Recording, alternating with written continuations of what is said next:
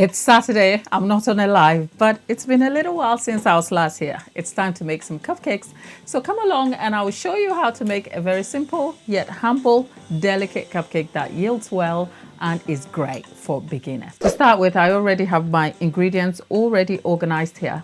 And over here, I have 325 grams of margarine. Into that, I have granulated sugar. You can replace that completely with caster sugar for a more delicate and settled crumb, but granulated sugar is what I am using today. From there, I have self-raising flour. Now, the self-raising flour is mixed with plain flour. The entire quantity is 430 grams here exactly. However, there is 200 grams of self-raising flour and the rest is plain flour. Into that, I have a pinch of salt. Note that I don't have any rising agent put here, simply because of the use of self-raising flour. Now, in some recipes, you'll probably be required to use the entire amount as self-raising flour because UK tends to have the self-raising flour, which comes optimized with rising agent. I find though, after so much testing, that when the entire quantity is self-raising flour, it tends to overflow the cupcake cases and doesn't make for great results. Hence the half and half here. I have 275 grams exactly of eggs here. There is homemade buttermilk. Okay, homemade buttermilk is completely different from shop-bought buttermilk, and I make a point of speaking about the difference here.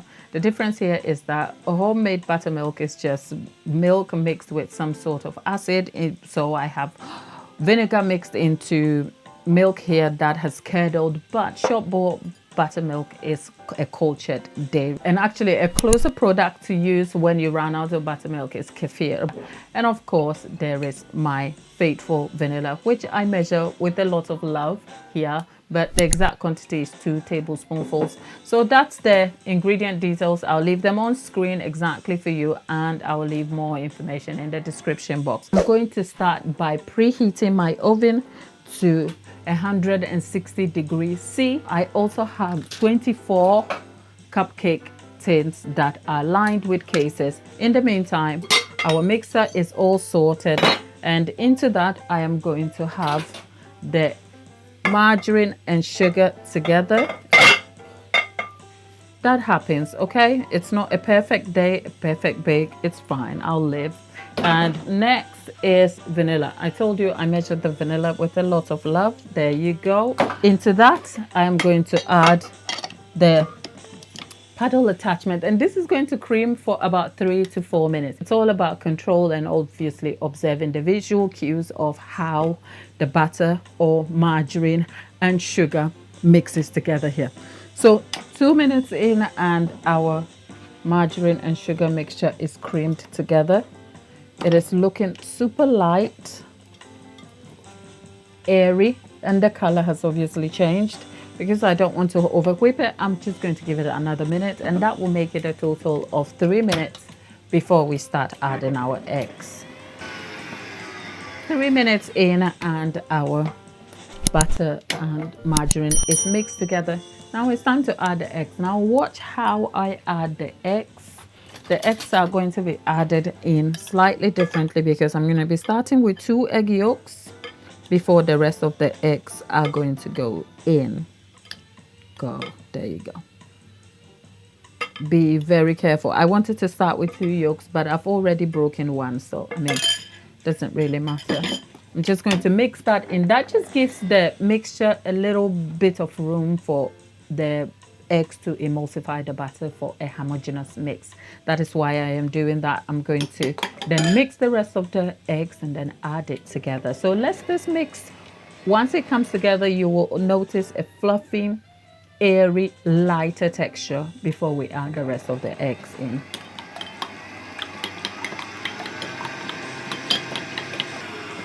Adding the eggs slowly.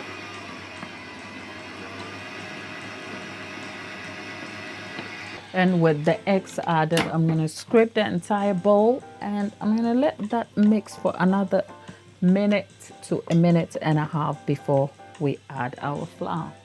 It's time to add the flour, and the flour is going to be added in a little bit at a time. I've turned this to fold function here, and so into that we are just add in the flour a little bit. Before that finishes, we'll then add the milk mixture just to enhance moisture. And the rest of the flour is gone in. I am just going to let this mix all together very quickly. Right, our butter is done, so I'm going to take that off. I'm going to dish them out into the cupcake cases. And a good trick to get all of them right is to make sure you have a scoop of warm water into which you will dip your scoop. You don't try and fill the cup all the way up.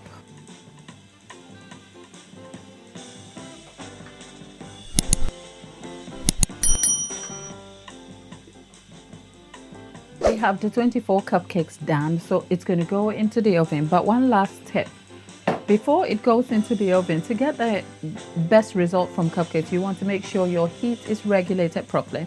So I'm going to set a tray of water at the base of the oven, and I am also going to reduce the heat from 160 to 150 degrees C, which should let this bake for anywhere between 18 to 22 minutes. So now that our cupcakes are going to be baking for 18 to 22 minutes, I'm going to check on some buttercream that I made earlier, which is my lovely French buttercream. Now, if you want to know all about French buttercream, I have videos all over the channel about it in long form, live sessions, shorts, and what have you. It's amazing. It's adaptable, great for beginners, not stable though, so check that out. 22 minutes in and our cupcakes are baked, okay? Now, they have kind of risen a little bit, but I'm not looking for perfection today, if you can see my energy levels. But what you cannot say though, how fluffy these look. And if you've been here, this is how I like a cupcake. Warm, delicate, soft, pillowy. I mean, I have made this cupcake time and again. And actually, if you want to see different forms and a very detailed tutorial on how I make it, some of those are on my live, where we start from bake to finish and edited, and you get to see all of that. I put that in the description. In the meantime, I need to leave this to cool before we frost them.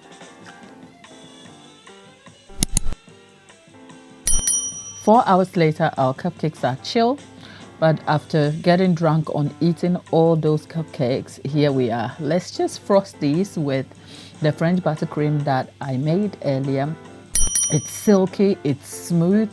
French buttercream is just indulgently rich. And I like the fact that it is super adaptable. Adaptable in such a way that you can make it with whole eggs, you can make it with egg yolks, and you can make it with 50-50, half of whole eggs and egg yolks. I mean, this buttercream is amazing, but it is just unstable. Well, our cakes are frosted, and we're going to be adding some indulgent toppings to make them just yum, yum, yum. Like, I love a cupcake which is moist and delicate with a frosting that matches it so well, but not overwhelming.